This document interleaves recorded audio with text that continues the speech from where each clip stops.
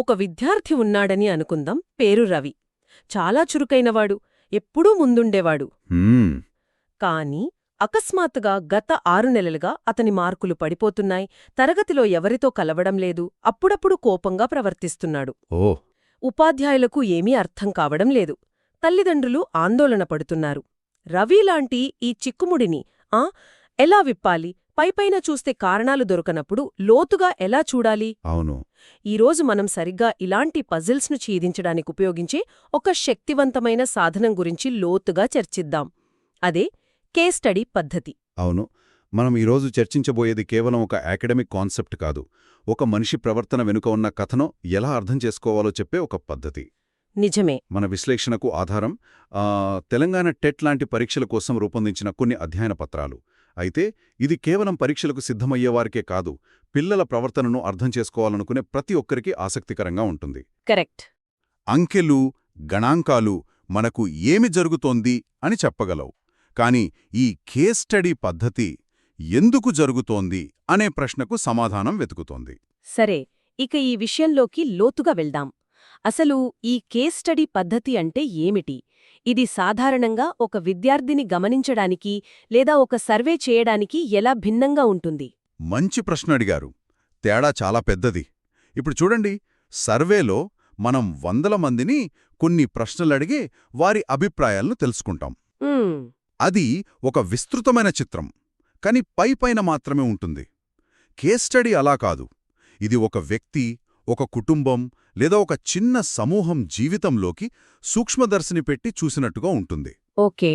వారి గతం, వారి సంబంధాలు, వారి ఆలోచనలు, వారి వాతావరణం, ఇలా అన్ని కోణాలను సమగ్రంగా, చాలా లోతుగా అధ్యయనం చేయడం. మన రవి ఉదాహరణనే తీసుకుంటే, అతని మార్కులు ఎందుకు తగ్గాయి అని 100 మందిని అడగడం కాదు, కేవలం రవి ప్రపంచంలోకి ప్రవేశించి ఆ కారణాన్ని మూలాలతో సహా కనుక్కోవడమన్నమాట. అంటే పరిమాణం కంటే నాణ్యతకు ప్రాధాన్యత ఇవ్వడమన్నమాట. ఇది కేవలం సమస్యను గుర్తించడమే కాకుండా దాని వెనుక ఉన్న కథను, దాని మూలాలను వెలికితీయడం. ఎగ్జాక్ట్లీ. మరి మన దగ్గరున్న మెటీరియల్ ప్రకారం ఇలాంటి పద్ధతి ద్వారా ఎలాంటి సమస్యలను మనం అర్థం చేసుకోవచ్చు? ఈ అధ్యయన పత్రాలు సమస్యలను 4 ప్రధాన విభాగాలుగా చూపిస్తున్నాయి. మొదటిది, రవి విషయంలో మనం చూస్తున్నట్లుగా విద్యా సంబంధిత సమస్యలు, అంటే చదువులో వెనకబడటం, పాఠాలపై శ్రద్ధ లేకపోవడం. సరే. రెండవది, భావోద్వేగ సమస్యలు, తీవ్రమైన కోపం, ఆందోళన లేదా ఎప్పుడూ విచారంగా ఉండటం. మూడవది, సామాజిక సమస్యలు, అంటే ఇతరులతో కలవలేకపోవటం, ఒంటరిగా ఉండిపోవటం. ఇక చివరిది, ప్రవర్తనా సమస్యలు, దూకుడుగా ఉండటం, నియమాలను పాటించకపోవటం. కేస్ స్టడీ యొక్క అసలైన బలం ఏమిటంటే, ఈ సమస్యలు వేర్వేరుగా కనిపించినా వాటి మధ్య ఉన్న సంబంధాన్నిది బయటపెడుతుంది. రవి మార్కులు తగ్గడానికి కారణం చదువు మీద ఆసక్తి లేకపోవడం కాకపోవచ్చు, బహుశా స్నేహితులతో వచ్చిన గొడవ వల్ల కలిగిన మానసిక ఆందోళన కావచ్చు. ఓకే, ఇప్పుడు స్పష్టత వస్తోంది. అంటే ఇదొక పరిశోధనా సాధనం. సరే, నిర్వచనం అర్థమైంది. కాని ఆచరణలో ఇది ఎలా పనిచేస్తుంది? ఒక పరిశోధకుడు రవి కేసును తీసుకుంటే వారి మొదటి అడుగు ఏమిటి? ఎక్కడ మొదలుపెట్టారు? ఇదొక డిటెక్టివ్ కథలా అనిపిస్తోంది నాకు. మీరు దాన్ని సరిగ్గా పోల్చారు. ఇది నిజంగా ఒక డిటెక్టివ్ పరిశోధన లాంటిదే. దీనికొక పద్ధతైన ప్రక్రియ ఉంది. మొదటి దశ, మీరన్నట్లుగానే కేస్ ఎంపిక. కేస్ ఎంపిక. అవును. ఇక్కడ మన కేసు రవి. అయితే కొన్నిసార్లు ఈ ఎంపిక అంత సులభం కాదు. ఒక తరగతిలో 10 మంది విద్యార్థులు వెనకబడి ఉంటే ఎవరి కేసును ఎంచుకోవాలి? పరిశోధనా లక్ష్యాన్ని బట్టి ఏ కేసైతే తమకు అత్యంత విలువైన సమాచారాన్ని ఇస్తుందో దానిని ఎంచుకుంటారు. కేసుని ఎంచుకున్నారు, రవిని ఎంపిక చేశారు. ఇక అసలైన పరిశోధన మొదలవుతుంది. ఈ సమాచార సేకరణ దశ నాకు చాలా గందరగోళంగా అనిపిస్తుంది. అన్ని వివరాలు ఎలా సేకరిస్తారు? ముందుగా రవితోనే మాట్లాడాలా, లేక అతని తల్లిదండ్రులతో మాట్లాడితే రవిపై వారి అభిప్రాయాల ప్రభావం ఉంటుందా? ఎక్కడ మొదలు పెట్టాలి? ఇది చాలా కీలకమైన ప్రశ్న, మరియు ఈ ప్రక్రియలో అత్యంత క్లిష్టమైన దశ కూడా ఇదే. దీనిని డేటా సేకరణ అంటారు. ఇక్కడ పరిశోధకుడు ఒకే ఆధారంపై ఆధారపడడు. దీనికోసం ట్రయాంగ్యులేషన్ అనే ఒక పద్ధతిని వాడతారు. ట్రయాంగ్యులేషన్, ఆ పదం కొంచెం టెక్నికల్గా ఉంది. అంటే ఏమిటి? దాన్ని ఒక ఉదాహరణతో సులభంగా అర్థం చేసుకోవచ్చు. ఒక డిటెక్టివ్ ఒక నేరాన్ని ఛేదిస్తున్నప్పుడు కేవలం ఒకే ఒక్క సాక్షి చెప్పిన మాట నమ్మరు గదా. నమ్మరు. వారు ఘటనా స్థలాన్ని పరిశీలిస్తారు, ఫొరెన్సిక్ ఆధారాలు చూస్తారు, వేరువేరు సాక్షులను విచారిస్తారు, అనుమానితుడి గతాన్ని తవ్వుతారు.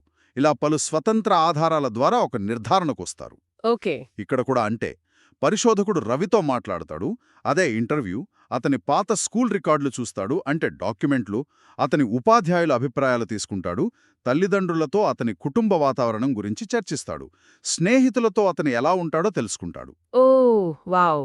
ఇలా పలు కోణాల నుండి సమాచారాన్ని సేకరించి ఒకదానితో ఒకటి పోల్చి చూసి అసలు నిజానిజాలను రాబడతారు. వావ్. అంటే ఒక వ్యక్తి జీవితాన్ని 360 డిగ్రీల కోణంలో చూడటం లాంటిది. ఒక పజిల్లోని ముక్కలన్నిటినీ ఒకచోట చేర్చడం. సరే, ఇప్పుడు పరిశోధకుడి దగ్గర ఈ సమాచారమంతా ఒక పెద్ద కుప్పలా పోగై ఉంటుంది. టీచర్ల రిపోర్ట్లు, తల్లిదండ్రుల ఆవేదన, రవి చెప్పిన మాటలు, ఇదంతా ఒక గందరగోళంగా ఉంటుంది కదా. ఈ సమాచారమంతా ఉన్న శబ్దం నుండి అసలైన విషయాన్ని ఎలా వేరుచేస్తారో అక్కడే పరిశోధకుడి అసలైన నైపుణ్యం బయటపడుతుంది. అదే మూడవ దశ, డేటా విశ్లేషణ. సేకరించిన సమాచారంలో నమూనాలను, అంటే ప్యాటర్న్స్, సంబంధాలను గుర్తించడం దీని లక్ష్యం. ఉదాహరణకు రవి మార్కులు ఎప్పుడు తగ్గడం మొదలయ్యాయి? సరిగ్గా అదే సమయంలో అతని కుటుంబంలో ఏమైనా మార్పులు జరిగాయా? కొత్త స్కూల్లో చేరాడా? లేదా అతని బెస్ట్ ఫ్రెండ్ వేరే ఊరికి వెళ్ళిపోయాడా? ఇలా కాలక్రమాన్ని, సంఘటనలను ఒకదానితో ఒకటి ముడిపెట్టి చూస్తారు. రవి ప్రవర్తనలో వచ్చిన మార్పుకు అతని జీవితంలో జరిగిన వేరే సంఘటనకు మధ్య ఉన్న సంబంధాన్ని కనుగొనడానికి ప్రయత్నిస్తారు. అంటే విడివిడిగా ఉన్న చుక్కలను కలిపి ఒక చిత్రాన్ని గీయడం లాంటిది. విశ్లేషణ పూర్తయ్యాక ఒక నిర్ధారణకు వస్తారు. అదే చివరి దశ అనుకుంటా. అవును. చివరి మరియు 4వ దశ కేస్ చరిత్ర తయారీ. ఇది కేవలం ఒక రిపోర్ట్ కాదు. విశ్లేషణ ఆధారంగా రవి సమస్య ఏమిటి, దాని మూలాలెక్కడున్నాయి, అది అతని జీవితంపై ఎలాంటి ప్రభావం చూపుతోంది, మరియు ముఖ్యంగా ఈ సమస్యను పరిష్కరించడానికి ఎలాంటి చర్యలు తీసుకోవాలి అనే సిఫార్సులతో ఒక సమగ్రమైన నివేదికను తయారు చేస్తారు. ఇది రవిటి సహాయం చేయడానికి ఒక రోడ్ మ్యాప్లా పనిచేస్తుంది. ఈ మొత్తం ప్రక్రియను చూస్తుంటే ఒక వ్యక్తిని అర్థం చేసుకోవడానికి ఎంత లోతైన కృషి అవసరమో తెలుస్తోంది. మన దగ్గరున్న అధ్యయన పత్రాలు కూడా పగటి కలలు కనడం, దూకుడు ప్రవర్తన వంటి సమస్యలను అర్థం చేసుకోవడానికి ఈ పద్ధతి ఉపయోగపడుతుందని చెబుతున్నాయి. ఇది కేవలం పరిశోధకులకే కాకుండా ఉపాధ్యాయులకు, తల్లిదండ్రులకు కూడా ఎంతో విలువైనది అనిపిస్తోంది. ఖచ్చితంగా. ఎందుకంటే ఇది సమస్య యొక్క లక్షణాలను మాత్రమే కాకుండా దాని వెనుకున్న కథను మనకు చెబుతుంది. రవి ప్రవర్తన ఒక లక్షణం మాత్రమే. దాని వెనుకున్న కథను అర్థం చేసుకోగలిగితేనే మనం అతనికి నిజంగా సహాయం చేయగలం. ఈ పద్ధతి ఒక వ్యక్తిని అర్థం చేసుకోవడానికి ఎంత శక్తివంతమైనదో స్పష్టంగా తెలుస్తోంది. ఇది మనిషి కథకు ప్రాధాన్యత ఇస్తుంది. ఇది దీని అతిపెద్ద బలం అని నేననుకుంటున్నాను. కరెక్టేనా? అవును, మీరు సరిగ్గా పాయింట్ను పట్టుకున్నారు. దీని అతిపెద్ద ప్రయోజనం అదే. ఒక వ్యక్తి గురించి చాలా లోతైన, సమగ్రమైన సమాచారం లభిస్తుంది. రైట్. రెండవ ప్రయోజనం, ఇది అరుదైన దృగ్విషయాలను అర్థం చేసుకోవడానికి సహాయపడుతుంది. సమాజంలో చాలా అరుదుగా కనిపించే కొన్ని ప్రవర్తనలు లేదా మానసిక స్థితులను అధ్యయనం చేయడానికి ఇది అద్భుతంగా పనిచేస్తుంది. ఉదాహరణకు, అసాధారణమైన జ్ఞాపకశక్తి ఉన్న వ్యక్తిని లేదా ఒక ప్రత్యేకమైన ఫోబియాతో బాధపడుతున్న వారిని అధ్యయనం చేయడం ద్వారా మానవ మనస్సు గురించి కొత్త విషయాలు తెలుసుకోవచ్చు. ఇది వైద్యపరమైన రోగ నిర్ధారణలో, అంటే క్లినికల్ నిర్ధారణలో కూడా చాలా కీలకమని మన మెటీరియల్ చెప్తోంది. ఒక సైకాలజిస్ట్ తమ దగ్గరకు వచ్చిన వ్యక్తి సమస్యను నిర్ధారించడానికి వారి పూర్తి కేస్ చరిత్రను అధ్యయనం చేస్తారు. నిజమే. మరో ముఖ్యమైన ప్రయోజనమేమిటంటే ఇది కొత్త సిద్ధాంతాల అభివృద్ధికి పునాది వేస్తుంది. ఒక నిర్దిష్ట కేసును లోతుగా అధ్యయనం చేసినప్పుడు పరిశోధకులకు కొత్త ఆలోచనలు, కొత్త పరికల్పనలు రావచ్చు. అవి భవిష్యత్తులో పెద్ద ఎత్తున పరిశోధనలు చేయడానికి దారితీస్తాయి. ఒక్క నిమిషం, ఇక్కడే నాకు ఒక సందేహం వస్తోంది. సిగ్మండ్ ఫ్రాయిడ్, జీన్ పియాజే వంటి మనస్తత్వ శాస్త్ర దిగ్గజాలు తమ సిద్ధాంతాలను ఎక్కువగా కేస్ స్టడీల ఆధారంగానే అభివృద్ధి చేశారని అంటారు. అంటే కేవలం కొద్దిమంది వ్యక్తులను లోతుగా అధ్యయనం చేసి మొత్తం మానవ ప్రవర్తన గురించి ప్రపంచాన్ని మార్చేసే సిద్ధాంతాలను ప్రతిపాదించారా? ఈ రోజుల్లో మనం బిగ్ డేటా గురించి మాట్లాడుకుంటున్నాం. లక్షలాది మంది డేటాను విశ్లేషిస్తేనే ఒక నిర్ధారణకు వస్తున్నాం. అలాంటిది కేవలం ఒకరిద్దరి కథల ఆధారంగా ఒక సిద్ధాంతాన్ని నిర్మించడం, అది శాస్త్రీయంగా అనిపిస్తుందా? అద్భుతమైన ప్రశ్న. మీరు ఈ పద్ధతి యొక్క బలాన్ని బలహీనతను ఒకేసారి ప్రశ్నించారు. ఇది మనల్ని నేరుగా దీని పరిమితుల చర్చలోకి తీసుకువెళ్తుంది. అవును. మీరు చెప్పింది నిజమే. కేస్ స్టడీ యొక్క అతిపెద్ద బలం ఏదైతే ఉందో, అంటే ఒకే కథపై తీవ్రంగా దృష్టి పెట్టటం, అదే దాని అతిపెద్ద బలహీనత కూడా. దీన్నే మనం ట్రేడ్ ఆఫ్ అంటాం. ఓకే, ఈ ట్రేడ్ ఆఫ్ను కొంచెం విడమర్చి చెబుతారా? తప్పకుండా. దీని మొదటి అతిపెద్ద లోపం ఫలితాల సాధారణీకరణ కష్టం. అంటే డిఫికల్టీ ఇన్ జనరలైజేషన్. అంటే రవి కేసును అధ్యయనం చేసి మనం కనుగొన్న పరిష్కారం అదే సమస్యతో ఉన్న మరో విద్యార్థి రాము విషయంలో పనిచేయకపోవచ్చు. ఎందుకంటే ప్రతి వ్యక్తి, ప్రతి పరిస్థితి ప్రత్యేకమైనది. ఒకరి కథను అందరికీ అంటించలేం. అర్థమైంది. ఇది ఒక అద్భుతమైన, వివరమైన స్నాప్షాట్ మాత్రమే, జనాభా మొత్తానికి సంబంధించిన విస్తృతమైన పనోరమిక్ వ్యూ కాదు. అంటే లోతైన అవగాహన కోసం విస్తృత దృక్పథాన్ని వదులుకోవాల్సి వస్తుంది. ఇక రెండో లోపం, ఇది చాలా సమయం తీసుకునే ప్రక్రియ అని కూడా మన మెటీరియల్ చెబుతోంది కదా. అవును. ఒక సమగ్రమైన కేస్ స్టడీ పూర్తి చేయడానికి నెలలు, కొన్నిసార్లు సంవత్సరాలు కూడా పట్టవచ్చు. దీనికి తోడు మరో ప్రమాదం కూడా ఉంది. అదే పరిశోధకుడి పక్షపాతం, రీసెర్చర్ బయాస్. అంటే ఒక డిటెక్టివ్ తనకి నచ్చిన అనుమానితుడిపైనే దృష్టి పెట్టి అతనే నేరస్తుడని నిరూపించడానికి ఆధారాలు వెతికితే ఏమవుతుంది? ఇక్కడ అంతే. పరిశోధకుడు తన వ్యక్తిగత నమ్మకాల ఆధారంగా డేటాను వక్రీకరించే అవకాశముంది. వారు తాము చూడాలనుకున్నదాన్నే చూసే ప్రమాదముంది. అంటే వస్తునిష్టత తక్కువగా ఉంటుంది అని చెప్పచ్చు. ఒకే కేసును ఇద్దరు వేర్వేరు పరిశోధకులు విశ్లేషిస్తే వారు వేరువేరు ముగింపులకు వచ్చే అవకాశం ఉంటుంది. ఖచ్చితంగా. అవును. అది కేవలం వారి వ్యక్తిగత విశ్లేషణపై ఆధారపడి ఉంటుంది.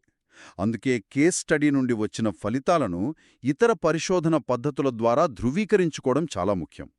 ఇదొక శక్తివంతమైన సాధనం, కాని దాని పరిమితులను తెలుసుకుని జాగ్రత్తగా వాడాలి. అంటే తెలంగాణ టెట్ లాంటి పరీక్షల కోసం సిద్ధమయ్యేవారు ఈ ప్రయోజనాలు, లోపాల మధ్య ఉన్న ఈ సూక్ష్మమైన సంబంధాన్ని అర్థం చేసుకోవడం చాలా ముఖ్యం.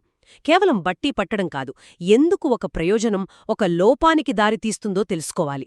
సరిగ్గా చెప్పారు.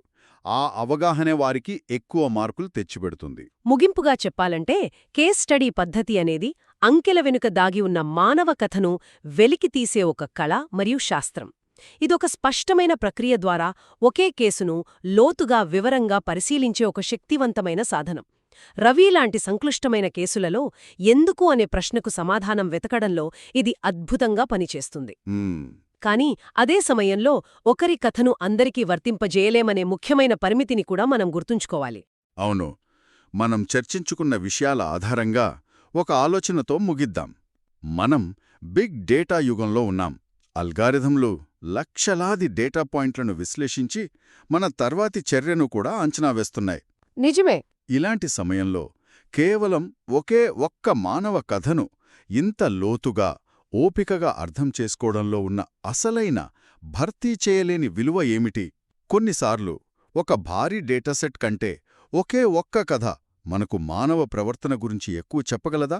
దీని గురించి ఆలోచించండి.